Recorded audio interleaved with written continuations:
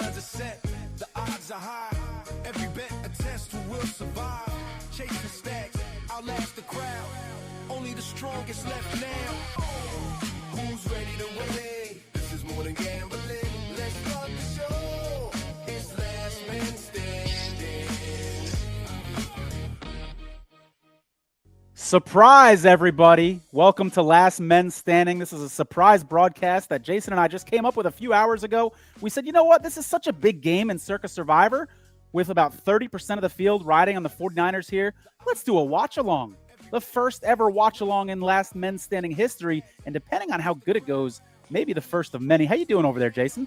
Oh, couldn't be better. You kidding me? Tony Farmer, 49ers fan. I get to sit here in the watch-along, watch the football game with you. So for those of us gamblers out there that got these live apps, like talk to me, where's your action? What am I looking for? Give me some names. I got the Jets flying across my screen. Talk to me. Well, I've got an over on Christian McCaffrey's receiving yards. I'll throw that out there. But if you want a name to watch on the 49ers that I think is going to go a long way to deciding this game, it's 49ers linebacker Nick Martin, number 45. Keep an eye on this guy, okay? So 49ers drafted him in the third round this year. They have a ton of injuries at the linebacker position. You guys know about Fred Warner, but there's been a bunch more. And all the 49ers fans have been clamoring and saying, why isn't Nick Martin playing? He's a third-round talent. It's like the 49ers are afraid to play him. And you hear some whispers from beat writers about how it's up here. He's very athletic, and the concerns are things like missed assignments and blown coverages and things like that. So Nick Martin gets his first taste of action last week, 14 snaps, 7 tackles, Jason. So there's no question he's got the talent. But I did hear in the press conference a coach say, hey, he missed an assignment once too. So Nick Martin, number 45 for the 49ers tonight, I think could go a long way to deciding this game. He can be the reason the 49ers win this game, and he can be the reason that the 49ers lose this game. He's kind of a boom or bust player at the linebacker position, making his first ever start. So keep an eye on number 45. Hopefully he doesn't get manipulated in coverage tonight. We'll see how it goes. Dude, I love it. I'm trying to retweet this thing, get this thing out there. Here we go. Oh, you're good. Take your time. Take your time, man. Yeah. $18.7 million in the line, Jason. I know we have a lot of Circa Survivor folks tuning in. I was talking to someone who's also still alive in Circa Grandissimo. So this game not only has major implications with 900 people left in the Circa Survivor main, but also major implications for Grandissimo as well. And this game, for many people, is the ticket to Thanksgiving. And Thanksgiving in Circa Survivor is a very special thing. So speaking of the ticket to Thanksgiving, and there are the Grandissimo odds there. So Tony, how many tickets to Thanksgiving, if any, do you have on this ball game on your team? Yeah, so my entry, DD3's Revenge, this is my only hope to get to Thanksgiving. I do have a partner entry, a close friend of mine. We have an arrangement worked out, and that got through with the Rams last night. So I'm wanting badly this. Oh, yeah, that was an easy one. I'm wanting badly for this entry to get through so that I've got 2 on Thanksgiving, because both of my entries, Jason, mine and my friends, we could go Eagles or Chiefs on both of those entries. Or we can get cute with an underdog if we want to. But I feel so much better having that option. I feel so much better having that option on Thanksgiving. We got fans tuning in already. Let's go, boys. Welcome from Qatar, Jason. We've got LFG. Let's effing go. By the way, can we swear on this thing, Jason? I'm a little concerned because anybody who's watched a football game with me knows there shouldn't be kids around. I get very, very emotional when I watch football, so I'm a little nervous about keeping my emotions in check, you know? Well, you've heard me reference Mike Florio in the past, and he says to the children, it's an R-rated world. Oh, I got girls age 12 and 9, you can be sure. Tony, I drop an F-bomb at least once a week on this program. and if I had been quoting those comments, you could have been sure. But I'll save my F-bomb, so you can be sure. It's 8:16 right now. By 8:20, I'll have dropped one. Hopefully getting fired up for your 49ers. So let me ask you a question. Forgetting Survivor, right? How much confidence do you have in this game? Like, the Panthers really got something for your boys tonight? Yeah, I feel pretty good about it, Jason. Honestly, I wouldn't be surprised if this was a close game and the Niners won. Niners returned it to the 30. They get ball first. Wouldn't be surprised if the Panthers won a close game Wouldn't be surprised if the 49ers won in a blowout. I would be surprised if the Panthers blew out the Niners because I think they're going to have a lot of success on offense. I worry that the Panthers will also have success on offense against this banged up 49ers defense, missing so many of their stars. So what I'm looking for here, Jason, I would love a 7-0 lead. I know that goes without saying, but I think in a game like this, getting out to an early lead, get that home crowd involved early, I think that would be so important. So that's kind of what I'm hoping for here. Fingers crossed. But so much Circa Survivor implications, man. It's gonna be a fun night. And then 3 days from now, McCaffrey with the first carry. Okay, 3 yards in the first carry. I don't know if some of you guys are maybe a little ahead of us or behind of our feed, so go ahead and let us know in the comments if you feel like there's a big difference in what we're seeing. Yeah, and Tony, what I'll tell you, I'm a few seconds behind you, just so everyone Okay. knows. So I'll do my best to lay out during the play. But what I'll say, Tony, right field looks a little choppy. Looks like there's a little mist in the air, Doppler Tony. How's the weather out there in San Francisco? I don't think weather's going to be much of a concern tonight. Not too worried about the wind. Nothing that should affect kicks or long passes. But speaking of kicks, I am a little worried, Jason, about the 49ers backup kicker. It's their third kicker, actually, that they're on. This dude, Gay, who was just cut earlier this season, a couple weeks ago. So I'm hoping this one is comfortable and doesn't come down to an important kick.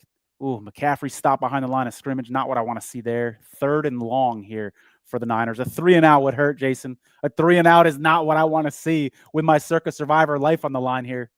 Oh, I can't wait to sweat a little bit of this with you, Tony. So let me ask you a question. The matchup I'm really looking forward to seeing tonight is Rico Dowdle versus that San Francisco defense. That defense just so banged up. Hard to know who's walking through that door. I understand you referenced number 45 in your program, I believe. So how do you think Rico Dowdle will be held in check tonight? No, I think he's probably going to have a big game. I really do. I don't think the Niners are going to be able to McCaffrey first down, baby. Let's go. Let's go. Look at that extra effort from McCaffrey there at the end. It's like he knew where the yellow line was. It's like he could see it. Let's go, CMC. Yeah, Jason, that's a major concern. The 49ers' ability or inability to stop Dowdle is a major concern. I got a lot of faith in Robert Saleh, but I don't have a lot of faith in these 49ers backups. I worry he just doesn't have the talent on the field to really stop Dowdle. So we'll see how it goes. That was a big third down in this first drive. Enormous third down conversion there on the first drive of the game. Yeah, they needed it. Pierce all in motion here. CMC. It looks like tough sledding for him so far, man. His first couple carries, he's getting 3 yards. There's not any big gaping holes being opened up like you'd like to see against this 3-4 defense. Let's keep our fingers crossed that things open up a little bit further down the line. But Jason, how about this week in Circa Survivor, man? It's 30% of the field tonight on the 49ers. 3 days from now, we got a slate of 3 Thanksgiving games. Then the next night, that Black Friday, we could have 50% or more of the field on the Eagles in that one. And then, a lovely slate on Sunday. So in a matter of 6 days, we are going to have a lot of Circa Survivor action. We go CMC helping me out with my receiving yard prop there. Let's go. Love it. Obviously, my prop bets in this game pale into comparison to my Circa Survivor entry. You know what I'm saying? I do. And I just, I know it's early, but it's, when you made your decision this week, I'm sure there were parts of you that were saying, all right, I can root against Bryce Young on the road this week. I'm okay with that. But like we said on our program last week, I believe he's won 3 straight on the road, despite being 4-17 overall. That is Bryce Young. Yeah. And you know what I don't like, Jason? There we go. First down. Let's go. Pearsall, baby. You know what I don't like, Jason? I don't like that the Bucs lost last night, even though that helped me in Circa Survivor as well. For this game, I feel like the Panthers are going to be a little bit more jacked up, knowing that they will be in first place after this game if they win. I mean, the locker room speeches, the motivation, these guys are playing for a lot tonight. For first place for this franchise, when's the last time they've been seriously in first place? Not just because they started the season 1-0. Yeah. I mean, that means a lot to this city and to this team. So the fact that they're playing for that may be a little concerning. All right, I think is this a pass to Brian Robinson? Yeah. So I think the graphic that Mike has up right now is a little bit ahead of where we are on the TV, which is okay if it's helpful. We can leave it up there. You guys can make a call, but I'm going to try not to look at it because it's going to be a spoiler for me personally.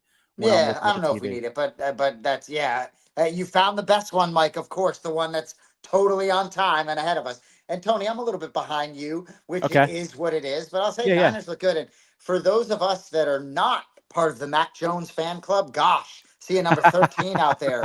Brock Purdy, there's an intangible to his game. You can't just look at the numbers. Dude moves the needle. He motivates his teammates. Yeah. Everything I hear from that team, I mean, they talk about how good he is in the huddle. You talk about those intangibles. He's such a quick processor as well in terms of reading defenses and audibling into the right plays and things like that. I'm glad he's quarterback for my team for sure. But Jason, we both got a franchise quarterback now that you got Drake May in New England, so that's nice. Yeah, and cut me off when the snap comes. Here. Third and short, 3rd and 3. This is a big one. Come on, baby. There's a snap. McCaffrey up the middle. There we go. First down. Let's go, baby. Let's go. I love this drive, Jason. This is a Kyle Shanahan drive. This is a slow, methodical Kyle Shanahan drive. He's got you where he wants you on 3rd down. This is a great sign for 49er fans. This is a great sign for those on the 49ers and Circa Survivor. And Jason, I'm also not going to be naive. I know there's some people watching this right now who are not rooting for the 49ers. And I'm glad you're here. Just know it's like watching a game with the away announcers when you're watching your favorite team. You know what I'm saying? Like, I'm going to be very, very biased and rooting for the Niners here. There we go. Getting that tight end involved. I like it. 2nd and mid right now for the Niners. But they're matriculating the ball. I love this long drive. Let's wear that defense down. Let's dominate time of possession. Knock on wood. My table's made out of wood. This is an ideal start for the 49ers so far. Let's go. So we talked to Cleve TA last week on the show, and he talked about getting all his action in early. I don't necessarily roll that way, but I have a show where I need to submit 3 picks. And for what it's worth, the 49ers minus 6.5 very early in the week was my second best play of the week. So I liked them early. Yeah. But this league, start to sweat as the days drip off the calendar. There we go. Yeah, 6.5 earlier in the week. I felt better about my decision. I met with a pretty prominent bookmaker here in Vegas, and he mentioned that a lot of sharp money had come in and pushed the Niners up to 7.5. Certainly is what I wanted to hear. This is a great start, man. CMC is getting those lanes that we talked about. And we do have Christian McCaffrey as our touchdown scorer in the splash contest. Oh, let's go. Let's get that one in the first quarter on this first drive, Jason. If anybody out there has any first touchdown scorer bets, let us know. We'll root along with you. CMC out of the flat. Let's go. Nice block there by Juice. Let's go, baby. This is a great drive. This is a beautiful, beautiful start for 49er fans. It's early, but this is a beautiful Tony, start. I sense the Survivor Tony rooting a little bit more here than the 49ers fan, if I'm being honest. But let me ask you a question, right, as a 49ers fan, because I asked you early in the season. The competition is just stupidly stiff in the NFC, especially in that division. I don't believe in Seattle as much. So I assume you still think it is an extraordinarily uphill climb for the Niners in terms of contention. I do. I see that guy just dive off the field for the Panthers. That was funny. I don't have my hopes up for the Niners to win the division. I'm looking more for a wild card spot. I'd be thrilled with that given their injuries. I will say they do have a pretty darn easy schedule from here on out. And so I guess maybe there's an outside shot that they could win the division. But gosh, did you see the Rams last night?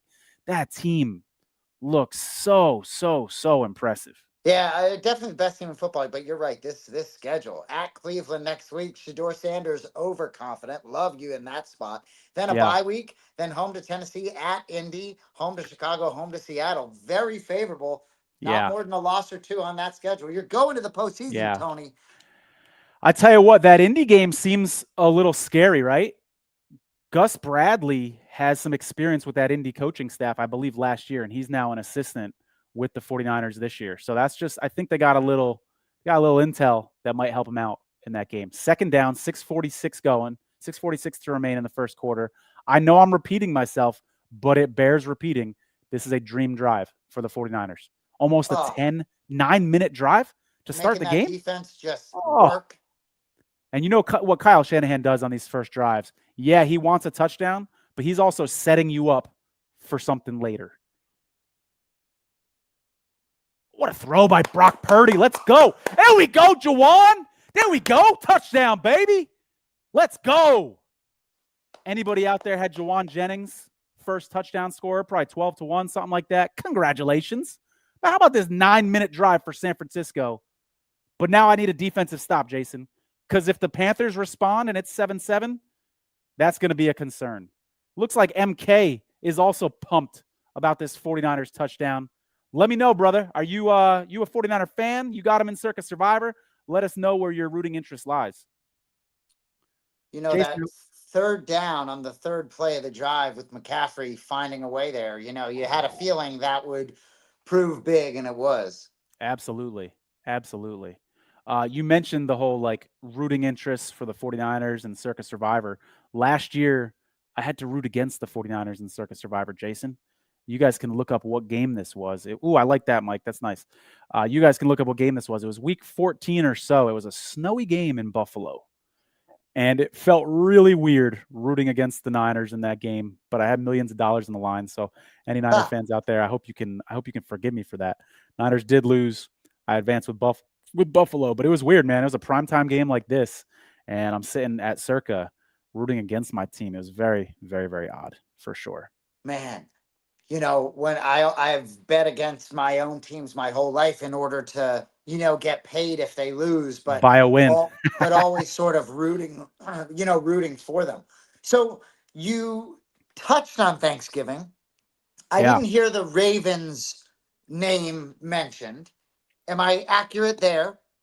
I don't have the Ravens available. I will be a Bengals Joe Burrow fan on Thanksgiving. I loved getting that news today that Joe Burrow is going to be the starter on Thanksgiving. I don't love that T. Higgins is hurt and is going to miss this game. But, Jason, couldn't we make a case for all four of these underdogs, honestly? That's what makes this Thanksgiving slate so intriguing. I mean, I'll just do it right now real quick. Baltimore looked like shit against the Jets. Of course the Bengals, a division rival, could absolutely beat them with Joe Burrow and the hype that he brings to that team. And quickly, Tony, that Cincinnati defense, I watched every snap. They did look slightly improved. Yes. More disciplined against the Patriots last week. Yes, absolutely. I mean, Dallas has won 2 straight games now since the death of their teammate. That they're rallying around this, man. Yeah, right. Yeah, you like Kansas City? You telling me that's not a pick'em game? That's a scary game, man. That's a scary game. I bet we see some people on Dallas. Jason, I don't know if you're aware of this or not. Someone took Dallas last week in the Westgate Super Contest. $5,000 entry, 500,000-ish grand prize, and there was 8 or 9 people left, and someone took an underdog, Dallas, and Dallas wins. You're going to see people, I'm telling you, on Thursday, you're going to see people on Chicago. Yep. You're going to see people on Dallas. Even people who aren't forced to be are going to choose to be underdogs. I will say, Philly off that loss, no matter what mess it is, and the Bears on this streak. Bears are 8-3. Eagles are 8-3. Hard for me not to love Philadelphia in that spot to bounce back. Yeah. Good point, man. As I'm watching that Eagles game, Jason, knowing that I'm going to have at least one entry on them in Circa Survivor, I was like, you know what? I think I want the Eagles to lose this game. Bingo. They're going to be, just for the same reason that you just mentioned, they're going to be a little bit more fired up. Yep. All right, here comes Bryce Young off his 448-yard franchise record winning game. And I will say, we're going to do a quarter with you here tonight. I will say, we do need to sync it up in the future because this delay don't work for the watch along. I'll tell you right now, especially with 2 of us, right? Yeah. So I mean, I appreciate the play-by-play, but I could close my book and have Tony do radio for me. So we'll get synced up. But you got to love everything you saw. Yeah, that first drive was tremendous. Like I said, I want to back it up with a nice defensive stand here. I'll feel a lot better about that. If the Panthers go right down the field, I'll be concerned here. 35. There's Dowdle. Yeah, that was a little too easy. 4 or 5 yards. Looks like 4 yards for him. Let's plug those gaps, boys. I love it, Tony. A 4 or 5 yard run for the Panthers is kind of a disaster for us. So right now, right? It doesn't feel good. I'm hoping there's not too many of those. Panthers, by the way, without their center, Mays, Corbett is the backup. And so that's worth noting as well. This offense really started to get better when Mays replaced Corbett. So that is noteworthy. I'm worried about Tet McMillan too, man. We talked about Rico Dowdle, but Ted McMillan. Oh, get him, baby. Oh, you got to wrap him up. Oh, that was a hard hit, man. Bryce Young just took a hard hit. That might be roughing the passer. Come on. These small quarterbacks, I swear, they get rough in the passer calls more often because they're tiny. I just don't know how you play defense in this league, you know? Oh, yeah. They had him. They had him twice. Oh, my Lord. That is what the flag was on. Oh, yeah, they got him good, man. Yeah, that sure is. That's a good call. That's probably the right call. I mean, tough situation, like you said, for that defender to be in. Well. What'd they call? Oh, they didn't. It's 2nd and 16. They pick it up? I was going to say. Oh, that was holding? Let's go. This is the problem. This is the problem of watching the game without audio. I thought for sure that was going to be roughing the passer because where the flag landed. But let's go. That's great news. Hell yeah. Okay. There we go. 3rd and long, baby. What an ideal start here. What an ideal start. That looked like a low hit, like a perfect hit. I mean, I thought for sure that was roughing the passer. I'm glad to be proven wrong on that. And Tony, I'm not, my words don't dictate any part of this outcome, but Carolina better, we talk about an ideal start for San Francisco, the opposite for Carolina. Yeah. They could get run out of the building if they're not careful here. Yep, absolutely. Especially on the road, that's scary when you get down early. Although I will say this, the Panthers have done a great job playing from behind this year. They've gotten themselves back into several games for sure. Ooh, a draw. Oh, God. Whoo, 4th and short, baby. Okay. I didn't like seeing that. Dowdle just ripped off an 11-yard run on 3rd and 13. Oh, they're going for it, or at least they're pretending to. Oh, God, 4th and 3. 30 seconds on the play clock. They're huddling Tony, up. I know I'm behind you, but do you I definitely punt the football here. I understand the circumstances. I punt the football here. I agree. Okay, they're pulling him off the field. It looks like we're going to get a punt.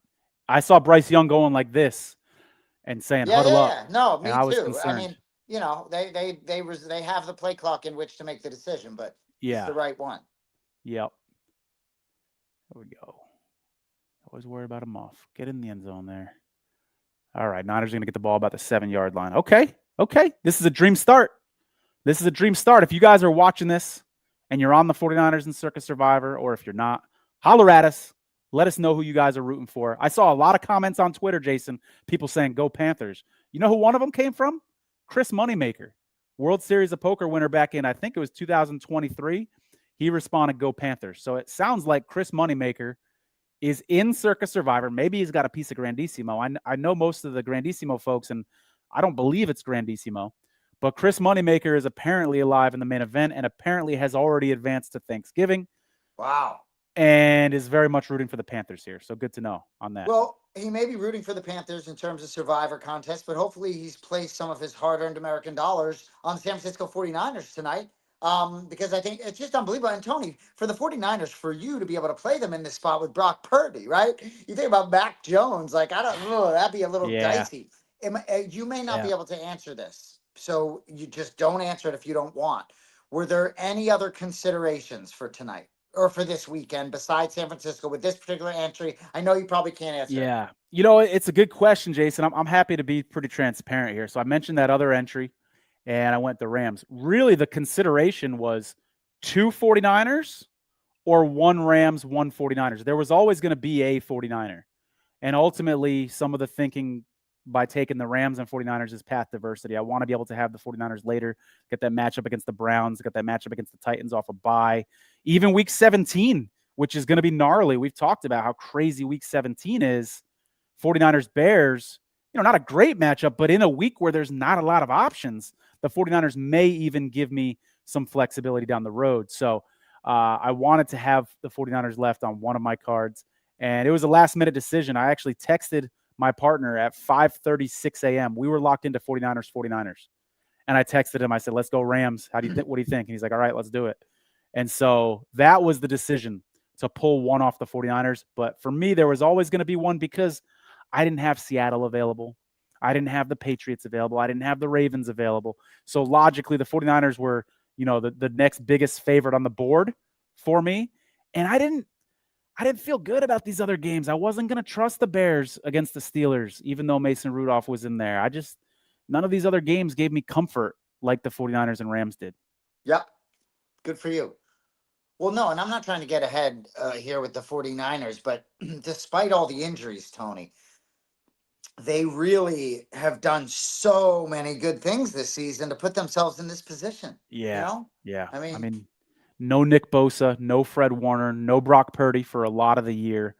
And then the list just goes on and on with their injuries. Ayuk probably never going to play for the team again. Hilarious. Yeah. Forgot about him. That whole situation is weird. Well, play action here. Brock. Oh, intercepted. No, this can be a pick six, man. Oh, they returned it to the 15-yard line. Fuck, not what I wanted to see. Not what I wanted to see. You coined Brock a phrase airmailed it. You coined a phrase bullshit cushion, right? Yeah. Which I love that you coined this phrase, and you can relax a little bit. You can relax, but you talk about a margin for error with a team like this. And what's interesting is I referenced Mac Jones. These are the types of mistakes Mac Jones. Man, this is not Brock Purdy. Correct me if I'm wrong. You're pretty confident he's not going to throw that up there. But that's a good player, number 8. Yeah. The light blue. That was a bad throw, man. That was a bad throw from Brock. That's what that was. Now the Panthers get a short field. I'm expecting to see a lot of Rico Dowdle in this possession here. Oh, Jason, I just went from being on top of the world talking about how this was a perfect start. This is how quickly things can change in the National Football League for sure. My goodness. A little play action from the Panthers. Bryce is running around. All right, a little 4-yard game for Bryce. So, Tony, doesn't it, correct me if I'm wrong, it immediately goes from somewhat relaxed to a severe sweat. Am I correct? Immediately. Yep. When you're in these Circa Survivor games, again, with millions of dollars on the line, for those of you who are unfamiliar with Circa Survivor, largest Survivor contest in the world, 18,000 people, 95% of them have been eliminated. There's 900 people left. We're playing for $18.7 million. When you've only got a 1-score lead, it's scary. Yep. It's scary because overtime isn't good because ties lose in Circa Survivor. And so having a 2-score lead is, a lot more comfort for sure. And I tell you, I understand that the Panthers are 6-5, but as the road team, there's always that, you're worried about them going for 2 at the end because to a certain extent, it's house money on the road at San Francisco. Yeah, good point here for sure. All right, 3rd and 2 here.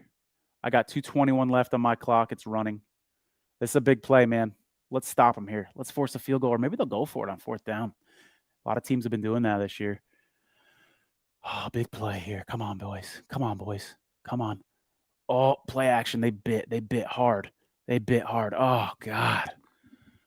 Well, Tony, I just want to let you know I'm more enjoying watching you now than the game. So we appreciate everyone joining us. Follow us at Last Men Pod. And quickly, Tony, just to give you a little relaxation, Tony and I are going to be doing another show, maybe brand new, maybe a little rollover, but just throw us some names. I've kind of like the juice. We get a little TJ correlation. But anyway, you need a big stop here. Yeah. If you guys have a name for this new show, this new general sports betting show, let me know. Dollar Dave says interception. Hopefully that's early and not late.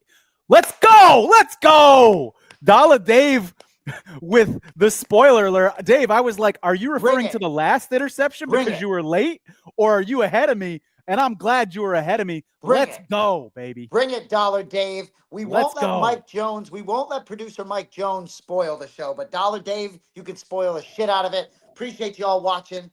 Let's go. Tony, that was enormous. Awesome. That was awesome. That's enormous. Oh, and how deflating if you're the Panthers to get an opportunity like that, right?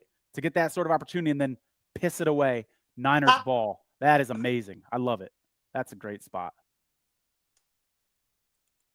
Let's go.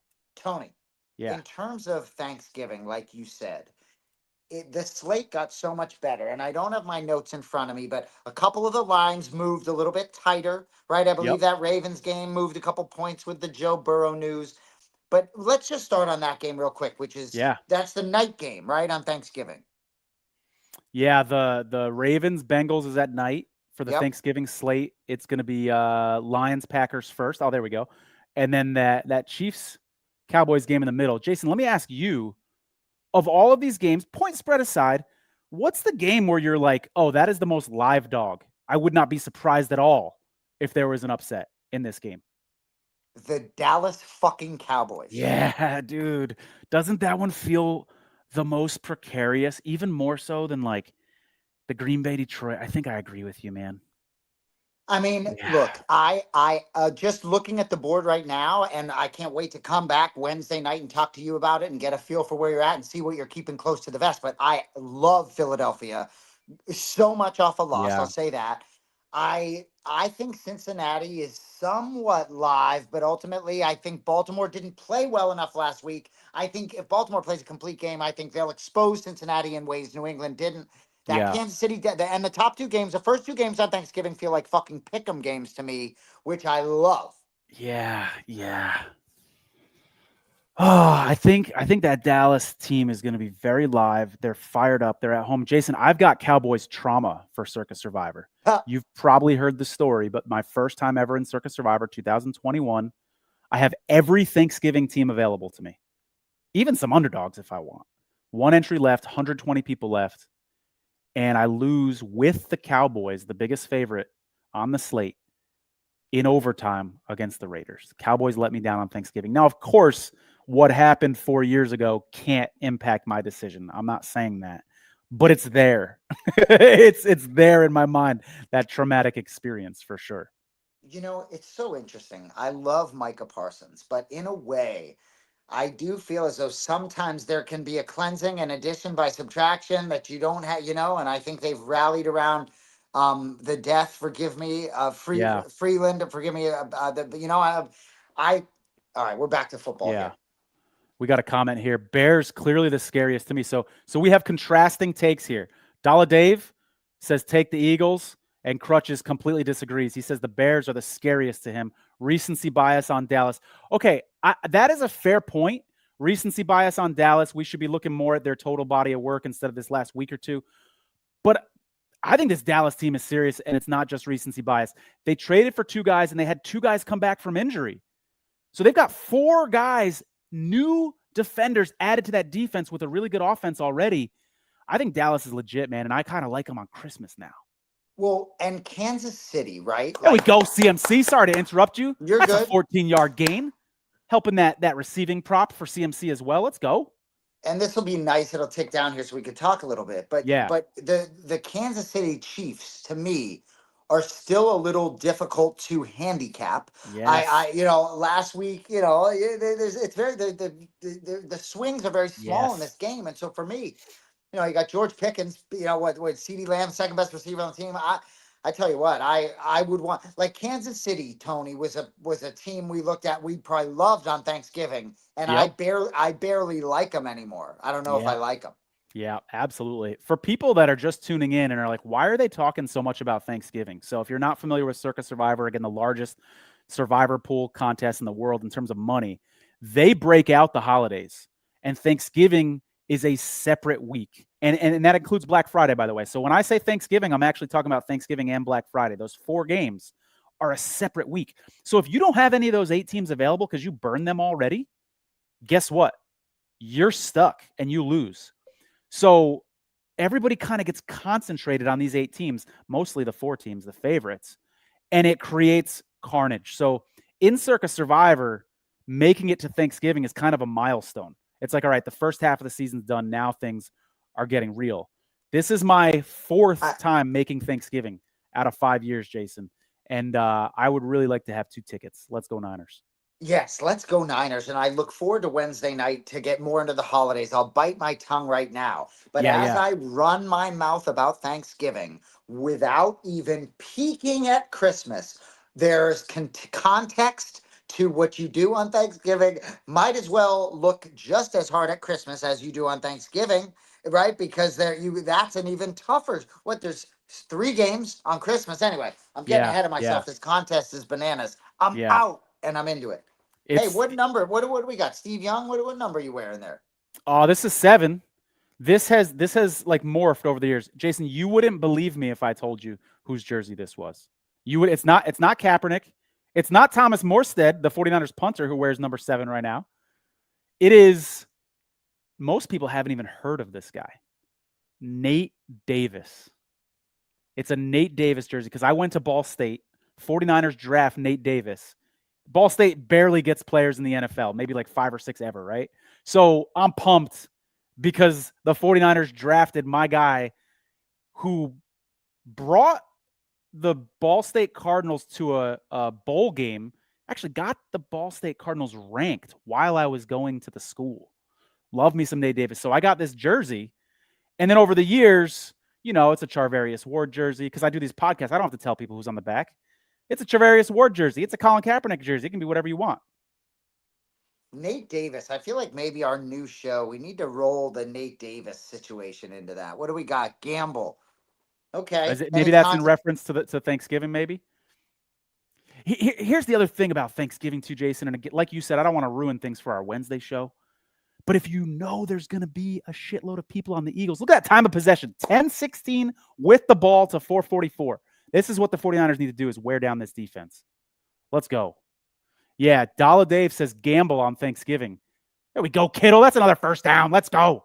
The real gamble move on Thanksgiving would be taking Dallas or Chicago. There are some good arguments to that. If you've got multiple entries, especially if I'm someone with 4 entries, I would absolutely consider Dallas or Chicago on Thanksgiving. That sounds crazy to some people, but it's not a terrible idea. Tony, you say if you can live with yourself, you talk about being able to live with yourself, right? Yeah. I'll be able to live with myself if I put on 5 pounds on Thanksgiving, right? But I won't be able to live with myself the next day if I don't take the Eagles, if I have them available to me against the Chicago Bears. I don't believe in the Bears as much as some of our viewers do. And it's one guy's opinion. And all of those takes that were opposing mine are very good. But there's absolutely some recency bias in the NFL. Of course, there's momentum and teams get hot, right? So sometimes recency bias is something I lean into. It's like my point is, you talk about sweat. If I'm on Kansas City next week, I'm sweating it. If I'm on Kansas City Thanksgiving, I'm sweating it starting now. Yeah, absolutely. Can we pull up that Christmas schedule? We got a request here from Dollar Dave wanting to see these Christmas games again. There they are, Dollar Dave. Yeah, what's fascinating about it is so many of these teams are similar. Like Dallas plays on both. Detroit plays on both. Kansas City plays on both. So the game theory here is just absolutely fascinating. We've got Hangry Dana says, Tony, if you could take any 49ers player on a date, which 49ers player would you choose? Amazing. And where would you go to take him to eat? That's a great question. So for the record, I'm a straight dude, so this isn't going to be an attractiveness level. This is just going to be based on how good the conversation is going to be. But who I would take out on a date, and I would take them to my favorite restaurant here in Vegas. That would be Esther's Kitchen, nice Italian restaurant. Got a good steak there as well.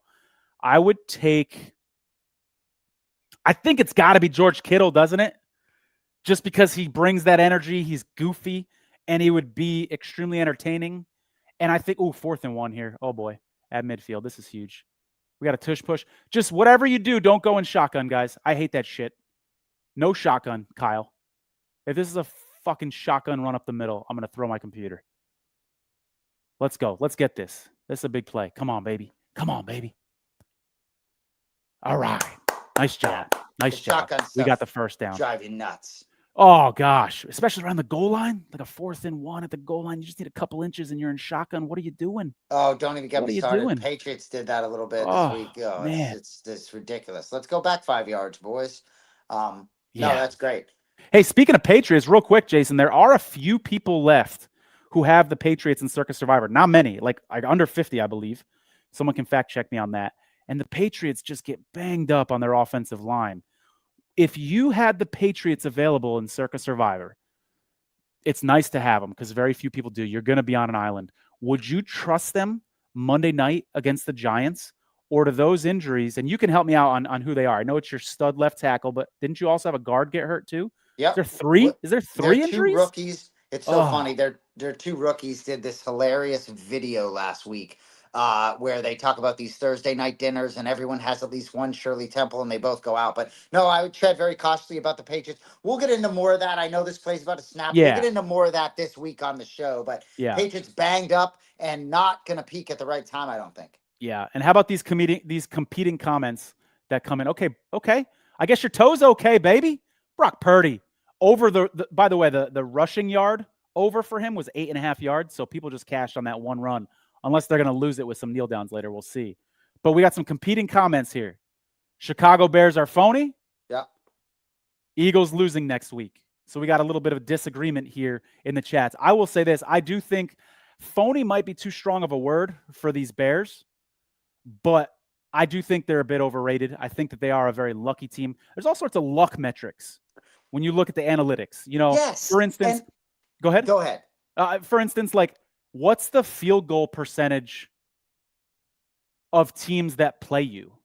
You know what I'm saying? Some teams just get lucky and you got a field goal percentage of like 81%, and other teams like, they're hitting 95% against you. That's not the guys on the defensive line necessarily that are causing those field goals to be missed. That's a luck metric. Fumbles recovered. That's a luck metric. The Bears have recovered this year an unusually high percentage of their own fumbles. So when you're looking at metrics like that, that's why we call the Bears a lucky team. Not just because they've won a lot of close games. Like the Chiefs last year, they won a lot of close games and people were calling them lucky. Sometimes you win a lot of close games and it makes me like you more because you have shown, batted ball, my goodness. You've shown that you can, win games in those clutch situations. That's not how I feel about this Bears team. I do like them on offense. I like Ben Johnson a lot, but I do feel like they're a bit lucky and a bit overrated, but maybe they get lucky again on Friday, Jason.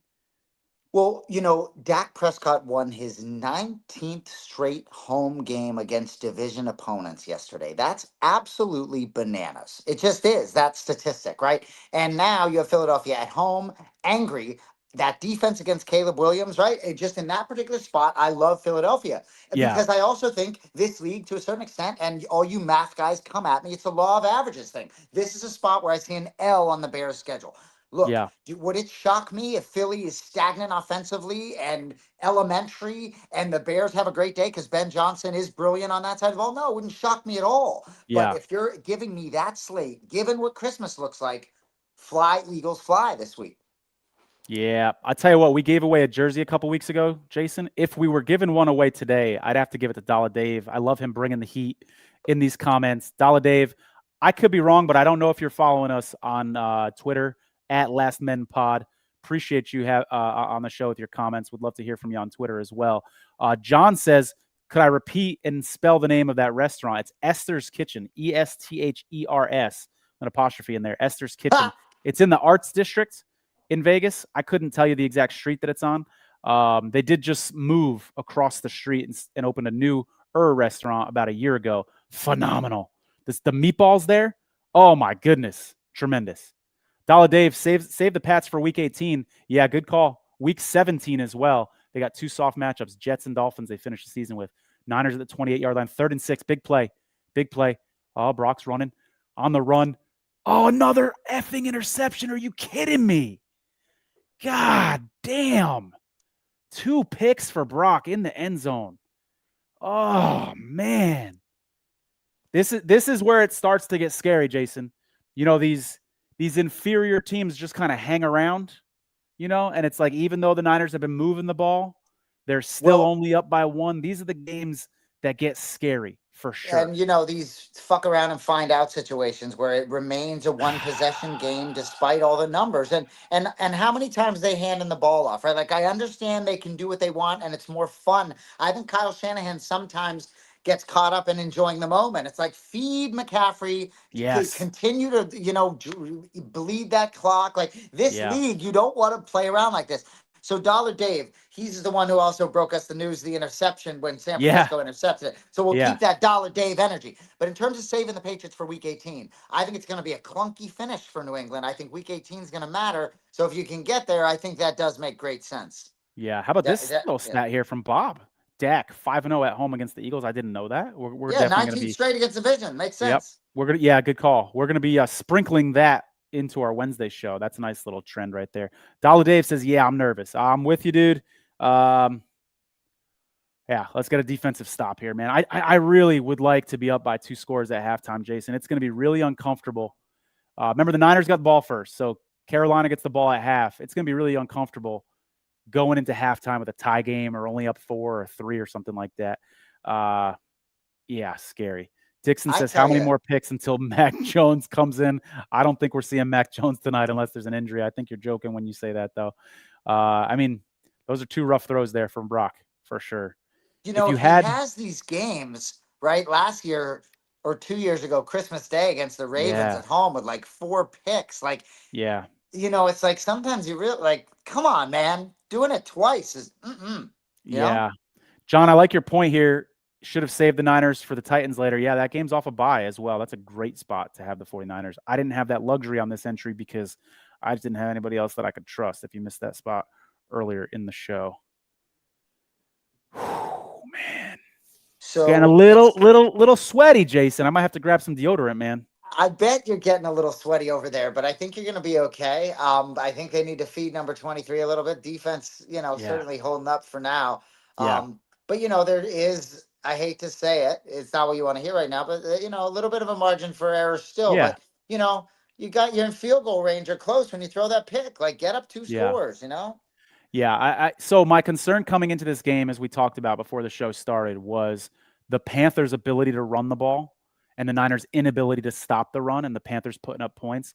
I am thrilled that the 49ers are pitching a shutout right now because that was the concern. The concern was never about even these turnovers that we've seen or the Niners not being able to move the ball.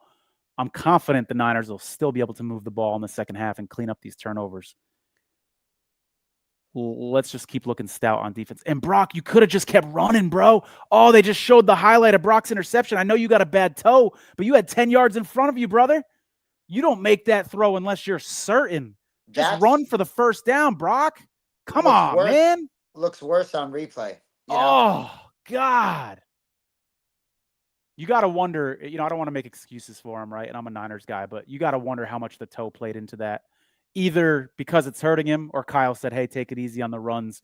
We don't want you hurting yourself. Well, are you referring to the turf toe injury? Yeah. Yeah, the thing is, though, in my opinion, and I'm not a doctor, but I think it almost gets to the point where it's like an all or nothing. It's like it's either when he's right, he's right. So I think I think there was a defender coming from the other side where it was a tight window, and he should never have thrown it being as off balance as he was.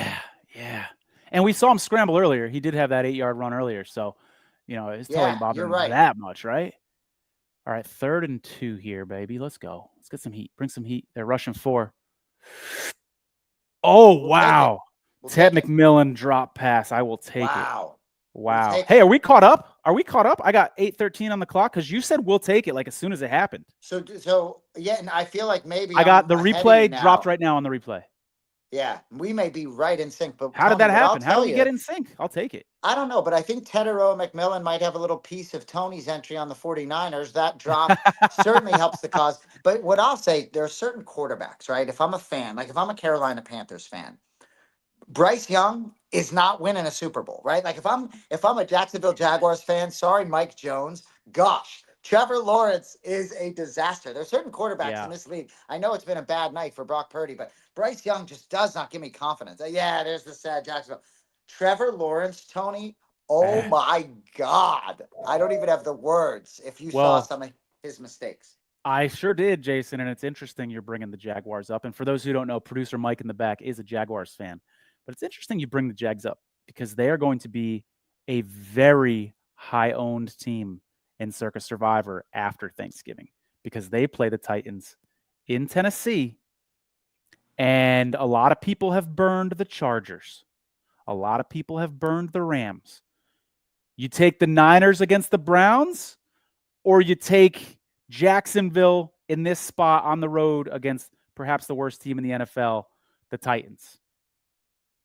What you just said about Trevor Lawrence is a great argument for taking the Niners or someone else, doesn't have to be them, instead of Jacksonville. By the way, Jacksonville has some other spots later. They've got the Titans in Jacksonville last week of the season. Jacksonville is capable of losing at Tennessee. Yeah, no, that's a scary one. I might be on them. Home to the Jets, week 15 for the Jaguars, so there's a spot there. Yeah. So, Tony, how confident are you? I'm putting you on the spot here. and you don't have to answer this because at some point Tony is not going to want to disclose too much to all of his competitors. We appreciate y'all being with us. How confident, forget Joe Burrow, I watched that Cincinnati defense last week, and they looked much more like a professional team than they had in weeks prior. Patriots didn't play very well. That's a different conversation. But how confident are you that the Bengals defense, if Joe Burrow wants to light the world on fire, that they can keep them in that game at Baltimore? Oh gosh, like scale of 1 to 10, I guess like 6 right now. I'd love to go back and watch that Bengals game, Jason, because I didn't watch it that closely last week. I had a lot of games going on, and that was the game that I didn't have quite as much betting interest in. But I'm curious. Like, they just lost a veteran cornerback, and my assumption is the backups behind him are worse. And my assumption is that defense going to, but maybe this is, and I'm just theorizing here because I haven't looked at the tape. I haven't gone over to Pro Football Focus and see how this guy graded out last week. But what if this is a situation where the backup behind the veteran starter is actually better and he just didn't get a chance to play yet? I got to look into those types of things. Yep. And there are also guys that come up from the practice squad that are hungry and making the most of an opportunity. There's the Dallas special teams player, number 38, who forced that fumble. Did you see him get his ass handed to him on that play 3 times and stick with it? That was deservedly so all over Twitter. That was incredible. That was absolutely incredible. Someone said today when I saw it reposted, they show this to every kid playing sports growing up as like a no quit type moment. Oh, come on. Oh my God. Oh, there we go. There we go. Let's go. Niners recover the fumble. Jason, there was a 1 second moment where there was no doubt in my mind the Panthers had that ball. No doubt in my mind. I don't know how the Niners recovered this. So you were ahead of me. Now I'm ahead of you. I'm watching this not knowing whether I'm supposed to spoil it for you or not, but all is well that ends well. But what a nightmare. How did number 7 not get that? Dude, this is such a frustrating game if you're betting on the Panthers right now. This is, frustrating for both sides. We've had turnovers and stuff, but now this is one of those, we talk about luck, Jason. You just witnessed what the Chicago Bears have been doing all season long. Bingo. Like that should not be graded as a positive play for the 49ers.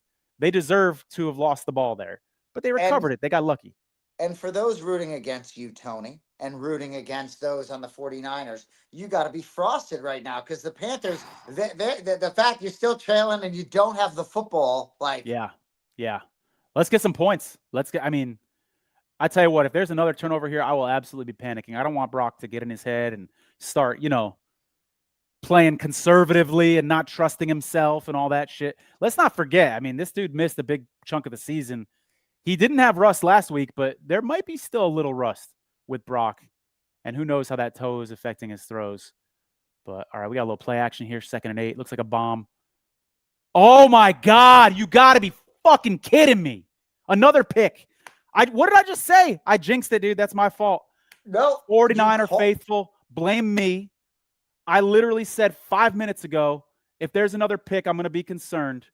Holy crap. This is a nightmare. Let's see what he sees here, Tony. Let's see what he sees on the replay. I'm a little bit ahead of you now, but let's see what Bryce is looking at. This is a fucking nightmare. Looking at.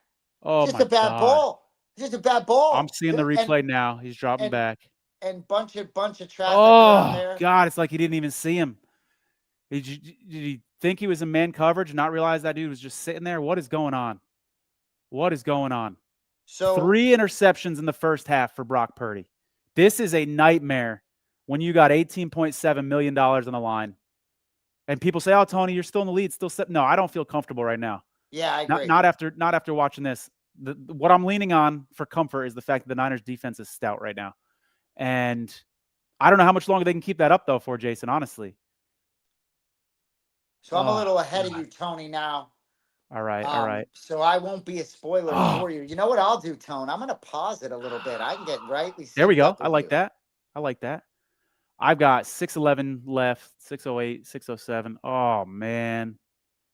This is not good. Niner faithful.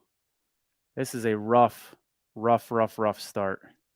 We go back to Dixon Sider's question. It's looking a little more realistic now, although I don't think that's happening. How many more picks? But, Tony, I did reference that Christmas Day game when Brock Purdy had the MVP in the bag and he blew up against the Ravens. Dude, this is reminiscent of that. This may be his second worst. This is reminiscent. And like, similar point in the season. It's a couple weeks earlier. Oh God, Rico Dowdle just fucking ripping off 8 yards. Yeah, we're right. Tony, I got 5:28. What do you got on the clock, baby? Talk 5:25, 5:24, 5:23, 5:22. I'm sick to my stomach, man. I'm sick to my stomach right now. This is rough. It's part of Circa Survivor. It's part of the sweat. But I'm glad that I'm sitting here talking to you, a 49ers fan. So like, Tony, Brock Purdy, I know it's a small sample size this year, but like, are you flabbergasted? A little bit. I'm a little speechless right now. This is, the 49ers losing this game, first down for the Panthers. 49ers losing this game was always in the realm of possibilities, okay? Them losing the game because Brock Purdy is on pace to throw 7 interceptions right now and has 3 interceptions with 5 minutes left in the second quarter. That wasn't on my bingo card. Exactly. I'm catching up on the comments here. People commenting on the interception. Dixon Sider says Tony experienced every emotion known to man in that space. Yeah, that was on that fumble for sure. Oh God. All right. 1st and goal. Come on, boys. Get him. Okay. Ooh, no flag on that. Okay. Oh, I'd love a stop here. I'd love him to hold him to a field goal. I love the Oh, sweat. yeah. No flag, no whammies on the tackle out of bounds because it wasn't. Let's go. Yeah. But Tony, it really is like, I know it's probably hard. Our mindsets are a little bit different. I don't have an entry, but Brock Purdy, this is like, nobody dislikes Mac Jones more than me, but this is one of those games where it's like, wow. Yeah, I agree. This is concerning, and it just makes you wonder why. A short week with some rust. Is his toe bothering him? All right, we're going to have a 3rd and goal at the 4. Yeah. Oh, lordy. This is a concern. I would really love a stop here. Yeah, great question from Mike. How the hell do you pass all over Arizona? Now you're at home and you're throwing 3 interceptions. Yeah, how does Brock look so good last week? This is the matchup-driven NFL. I worry they got his number, man. Dude, I worry they got Brock Purdy's number. It's This is tough. Big play here. 3:19, 3:18, just so you know what I got, Jason. 3:17. Yep. 8 seconds on the play clock. Come on, boys. Stiffen up. Let's go. Oh, get there, baby. Get there. Nice play. Nice play, Lenore. Nice play. They get there 3 here, Tony. That was Mustafa. My bad, not Lenore. Hell yeah. Let's go. 4th and goal. Oh, we got to – all right, so they kick a field goal. I can see our graphic here, 7-3. So this field goal is going in, although it hasn't happened on my TV yet. Oh, that's so hilarious. Now we know, 7-3. I haven't seen it either. 2:28 left, okay. Unbelievable turn of events. When they did give it to McCaffrey, he spit it up 20 yards down the field, fortunately recovered by the 49ers. Yeah, but Tony, this could be worse. You're going to be sweating this at least for another 35, 40 minutes on your clock because we're going to get to halftime. Unless the 49ers come back here and make this 14-3, you're going to be sweating through the half. And Jason, I'm going to say what I said earlier. You're absolutely right. I don't like the 49ers kicker. He just got cut. He's their 3rd kicker that they're on. I don't want a close game. I don't want an overtime game. Yeah. I don't want this thing to be in Matt Gay's hand. I don't want my Circa Survivor entry to be in Matt Gay's hand in the 4th quarter. I want to lead, and I want him to step on the Panthers' throats. Bad. Bro. And the Panthers get the ball at halftime, Jason. I need points, man. So, I'm not going into the 3rd quarter only up 7-3. I need some points, at least a field goal here, at least. The Brock Purdy thing is really fascinating to me because I really think that, he still needs to go out there and perform if you're going to get through to Thanksgiving with this entry. And I'm not suggesting in any way to go to the backup, but it does put the Panthers in a position to try to rattle him in different ways to sort of hone in on number 23 a little bit because maybe he will be fed a little bit more. But gosh, Robert Saleh leading that defense has to give you a little bit of confidence, though, Tony. Yeah, it does. It helps a lot, more so than the defensive coordinators the Niners have had the last couple of years, for sure. Sorensen and Wilkes. It does help. It gives me a little bit of comfort, but it's going to be interesting to see how Kyle Shanahan calls these plays on this drive, right? I think what a lot of head coaches would do in this situation is Brock struggling. Let's run the ball. We got an all-pro running back. Let's run the ball, right? That's not really Kyle Shanahan's style. You can tell he likes to pass the ball a lot, especially in a situation like this. Does he give CMC some carries on this first drive? I know there's 2.5 minutes left. They got timeouts, though. So does he give CMC a couple carries on this drive? Or does he say, you know what, I'm not worried about Brock. He hasn't looked good, but he's going to come back. Let's see what Shanahan does on this drive. I think a lot of his issues have been with, I think all 3 picks were 15 yards or more down the field. I mean, I think some screens get, McCaffrey loves catching the fucking football. Yeah.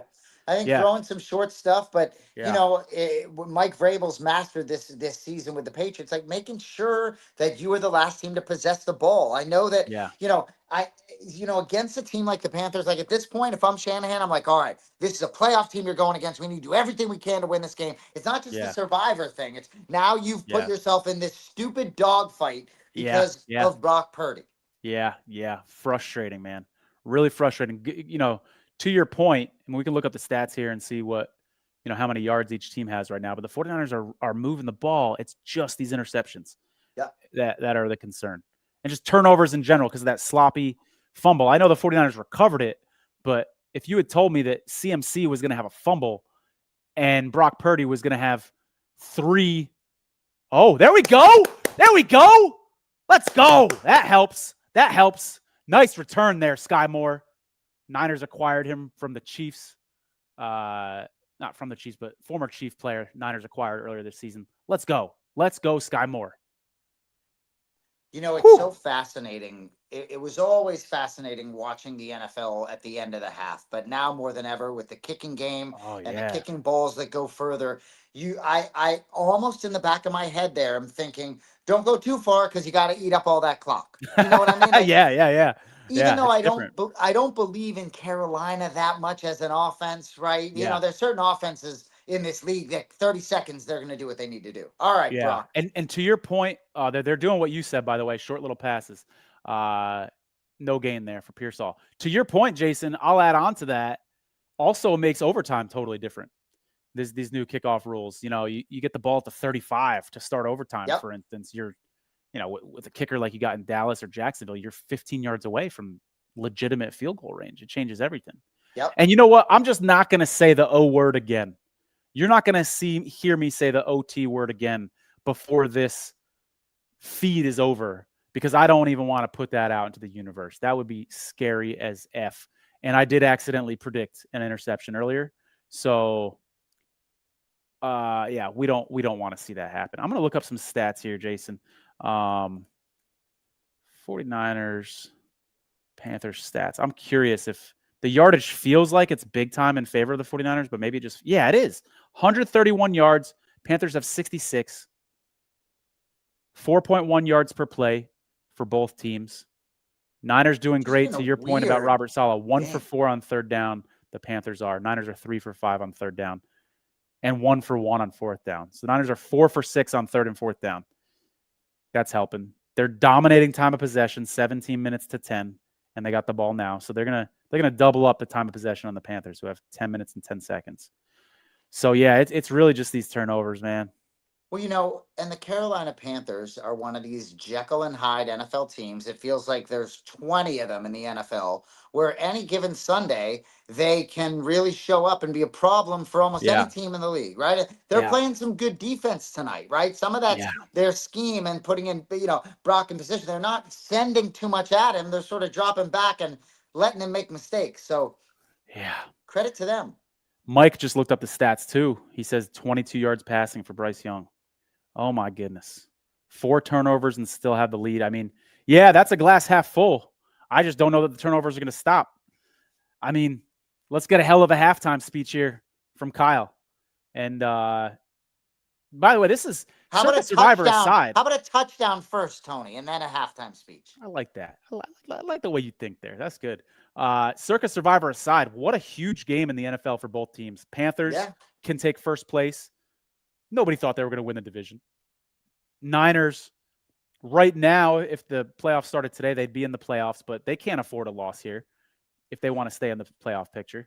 I'm not going to call it a must-win. That's a little too dramatic, but this is a very important game for both teams. Very important. And for those of us that believe in the 49ers a little bit. Like what I like about them against the Rams or Seahawks is the division component in the postseason. I think the 49ers could be the fly in the ointment, but what I've seen out of Brock Purdy here gives me great concern.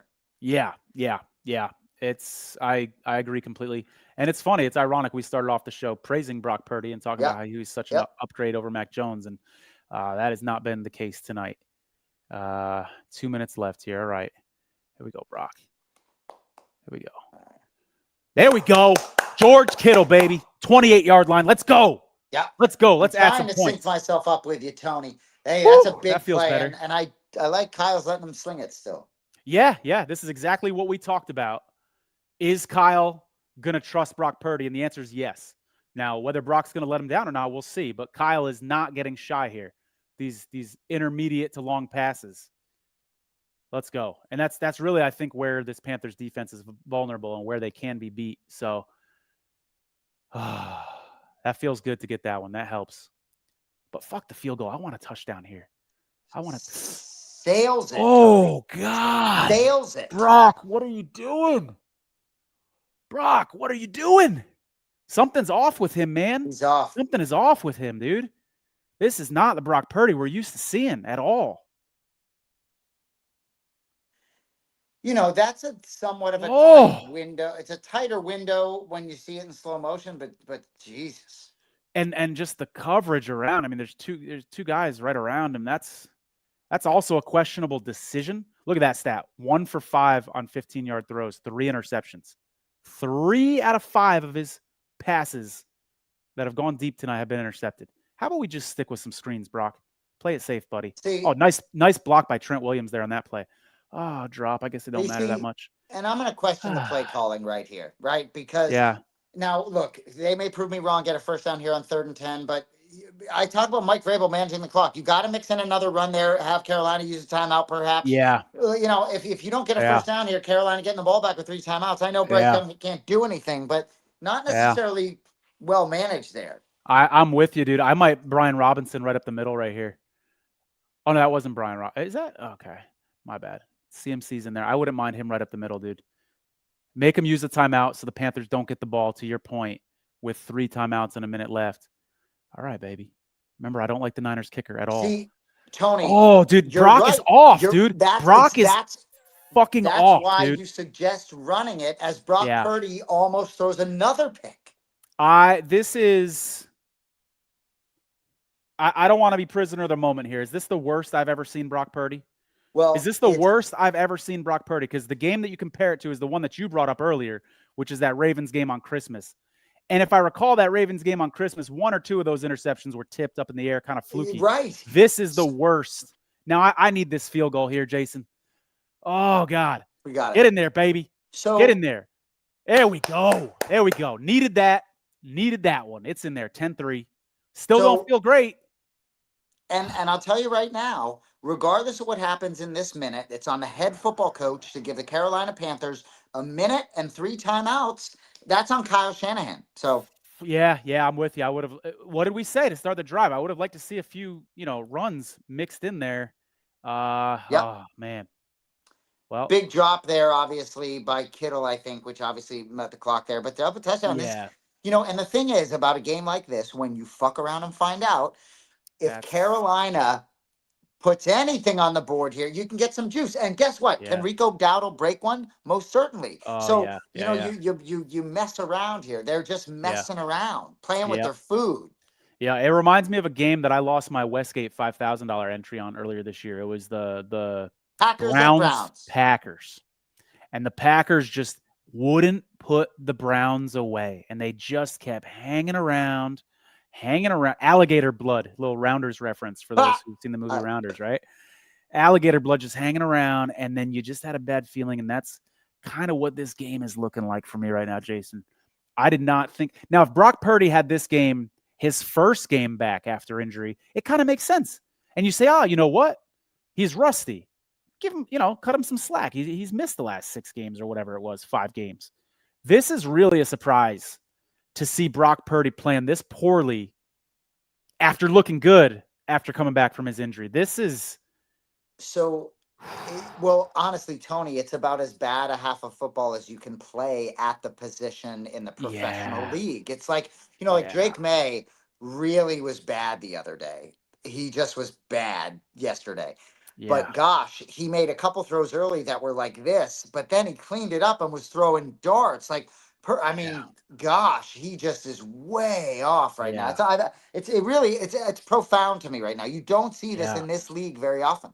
Yeah. And he's on the money with his short passes, but it's almost like, and again, I'm not a doctor, but pushing off and all that, the mechanics quarterback are very delicate.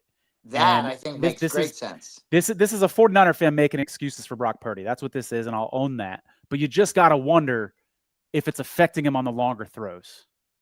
But like Shanahan, like I guess I could talk out of both sides of my mouth, being aggressive with him, but at the same time, it's like, gotta put 98% of this on the quarterback, Yeah, yeah.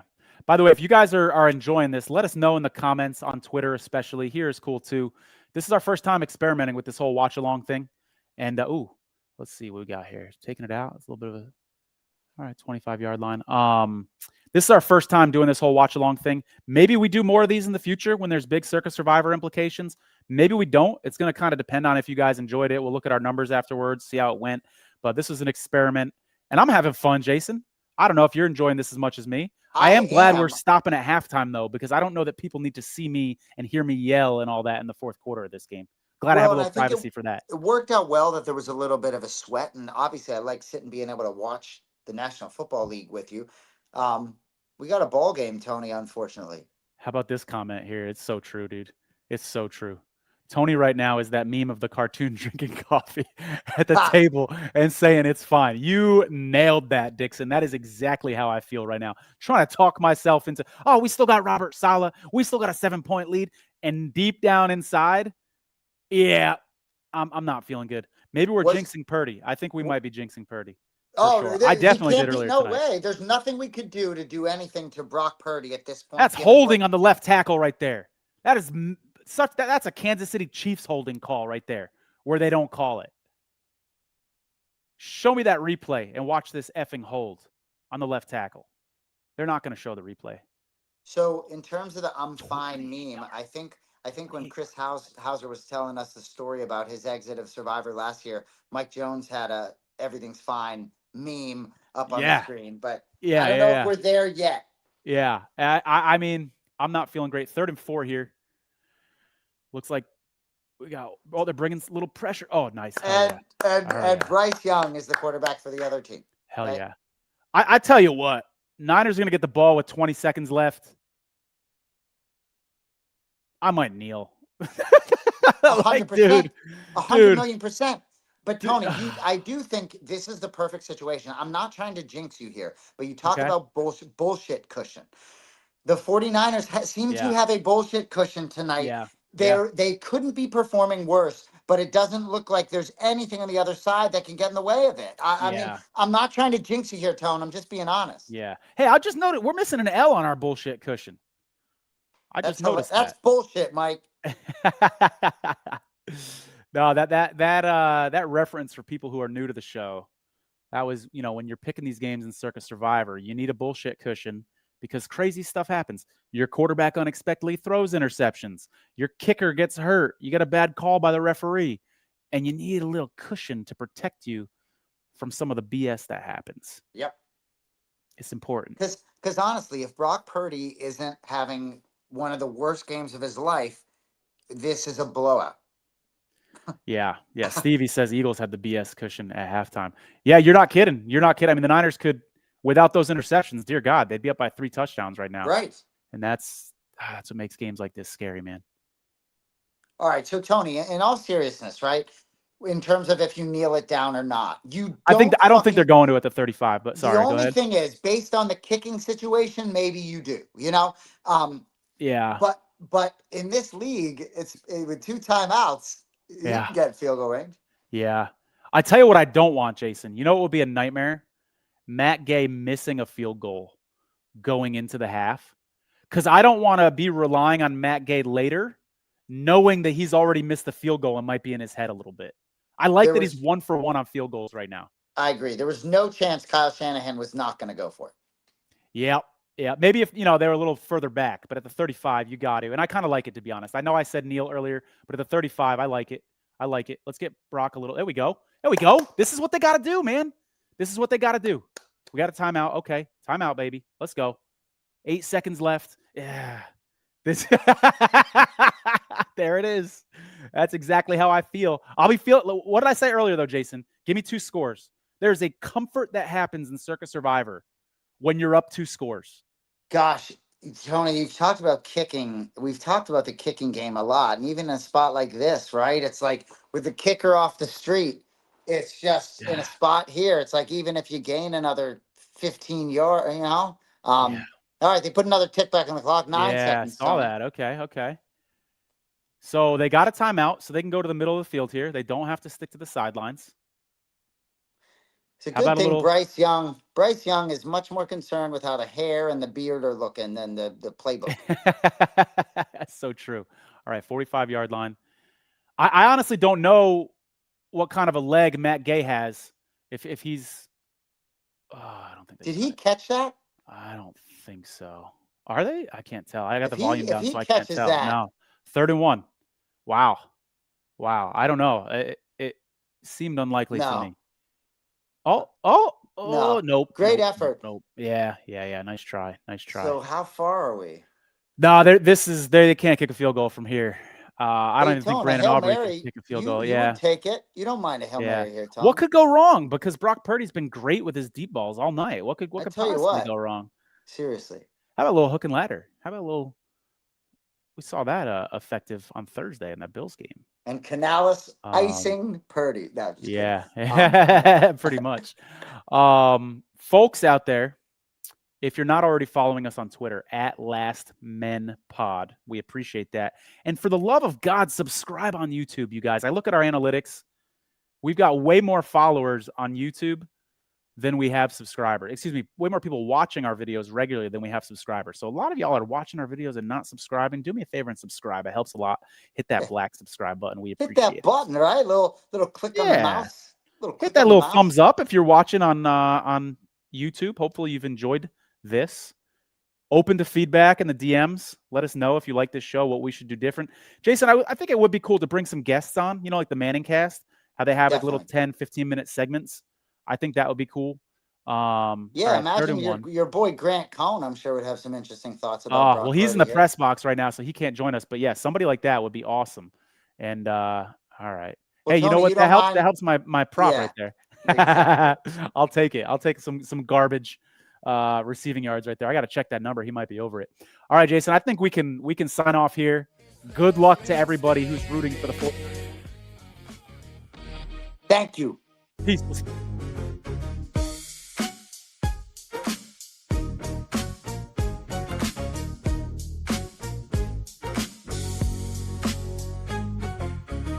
Lines are set, the odds are high.